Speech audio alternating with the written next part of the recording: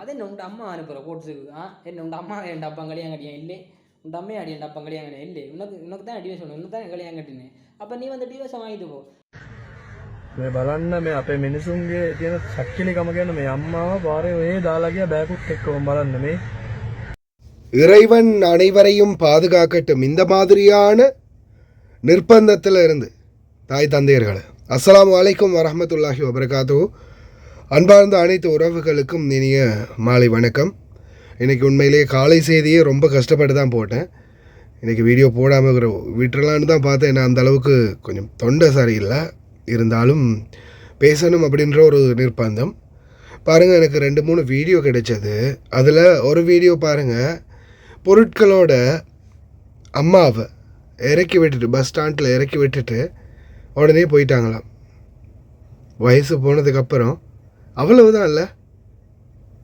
உண்மையிலேயே சில தாய் தந்தையர்களுடைய பிரார்த்தனை இன்றைக்கி என்ன தெரியுமா?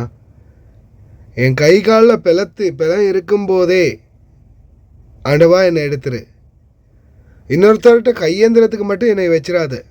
இன்றைக்கும் சில தாய் தந்தையர்களுடைய பிரார்த்தனைகள் அதுதான். பாருங்க, அந்த தாய் வந்து நடு ரோட்டில் நிற்கிறாங்க, விட்டுட்டு போயிட்டாங்களாம். ஒரு சகோதரர் வீடியோ போட்டிருக்காரு பாருங்க. அம்மா வந்து என் வயசான ஒரு அம்மா இறக்கி விட்டுட்டு அப்படியே போயிட்டாங்க, பொருட்களோடு இறக்கி விட்டுட்டு. அவங்க அப்படியே எங்கே போகிறதுன்னு தெரியாமல் தடுமாறி போய் நிற்கிறாங்க அப்படின்னு. இவ்வளோ ஒரு வேதனையான விடயம் இல்லையா?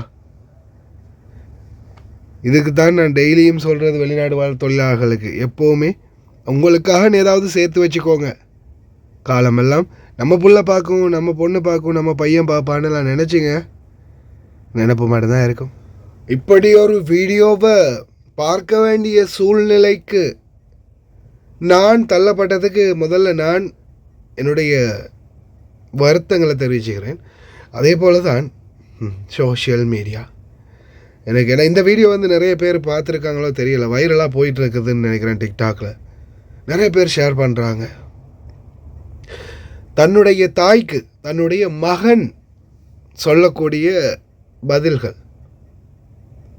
அம்மா வெளிநாட்டில் இருக்காங்களாம், அப்பா கிட்ட இருந்து டிவைஸ் கேட்குறாங்களாம், தங்கச்சியை திட்டினாங்களாம், அப்பாவை திட்டினாங்களாம்.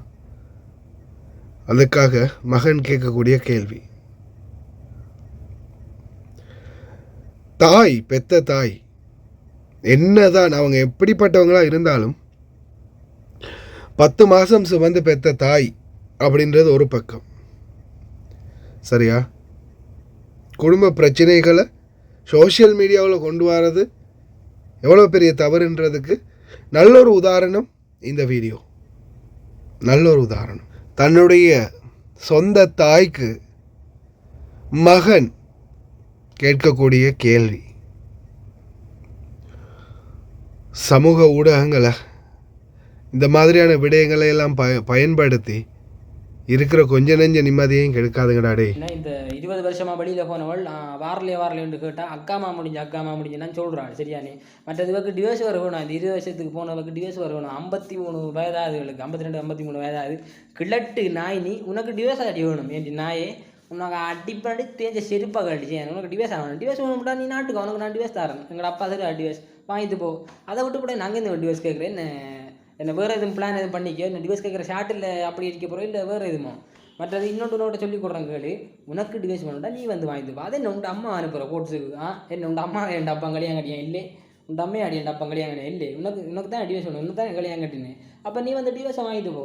அதை விட்டு போட்டு இந்த எங்கள் அப்பா எனக்கு பொண்ணே 2 கேட்குறேன், மற்ற 2 தங்கச்சிக்கு கதைக்கிற கேள்லாம் கேட்குறேன். சேனே 2 தங்கச்சிக்கு பேஸு அது நீ கதைக்க வேண்டிய அவசியம் இல்லை. சேனே உன்னை தூக்கினாக்கள் அப்படி அடிப்பேன். இந்த கதைக்கு நீ நேரில் நம்பிட்டேன், நீ நாட்டுக்கு வரமாட்டேன்னு தெரியும். சேனே இன்னும் 1 மாதத்தில் நாட்டுக்கு வரப்போறன்னு கூட நீ வீடியோ போட்டுக்க, எனக்கு அது பிரச்சனை இல்லை. சேனே நீ இது இத்தனை வீடியோ போட்டுக்கான்னு தெரியும், எத்தனை வருஷம் ஏமாற்றி வாரான்னு தெரியும். சேனே வாயை பொத்திட்டு ஒழுங்கான முறை நீக்கணும். மற்றது இந்த உனக்கு ஃபேக் ஐடி திறந்து எல்லாரும் போடுறாங்க. நீ சொல்கிறாங்க என்ன உன்ட்ட தங்கச்சி போட்டன்றலாம், நீ இப்போ காய்ச்சி போட்டுக்க அந்த டிக்டாக்ல உனக்கு ஒன்று சொல்கிறாங்க. நீ எல்லாம் இந்த எப்படி சொல்கிற இந்த டிக்டாக் யூஸ் பண்ண ஏதாவது இதில் ஆள் தான் நீ எல்லாம் சரியானே. மற்ற உனக்கு ஃபேக் ஐடி திறந்து போடுறவங்களுக்கு நீ பெரிய ஜனாதிபதி மாதிரி இல்லை சரி, நீ பெரிய டிக்டாக் செலிபிரிட்டி எல்லாம் இல்லை சரியானே. கதைக்கிறத மரியாதை முறையில் ஒழுங்கான முறையில் காய்ச்சி கூடாது சரியானே. பட் இன்னொன்று சொல்கிறேன், මේ බලන්න මේ අපේ මිනිසුන්ගේ තියෙන සක්කිලිකම ගැන මේ අම්මාව පාරේ ඔහේ දාලා ගියා බෑකුත් එක්ක ඕම් බලන්න මේ ඕම් බලන්න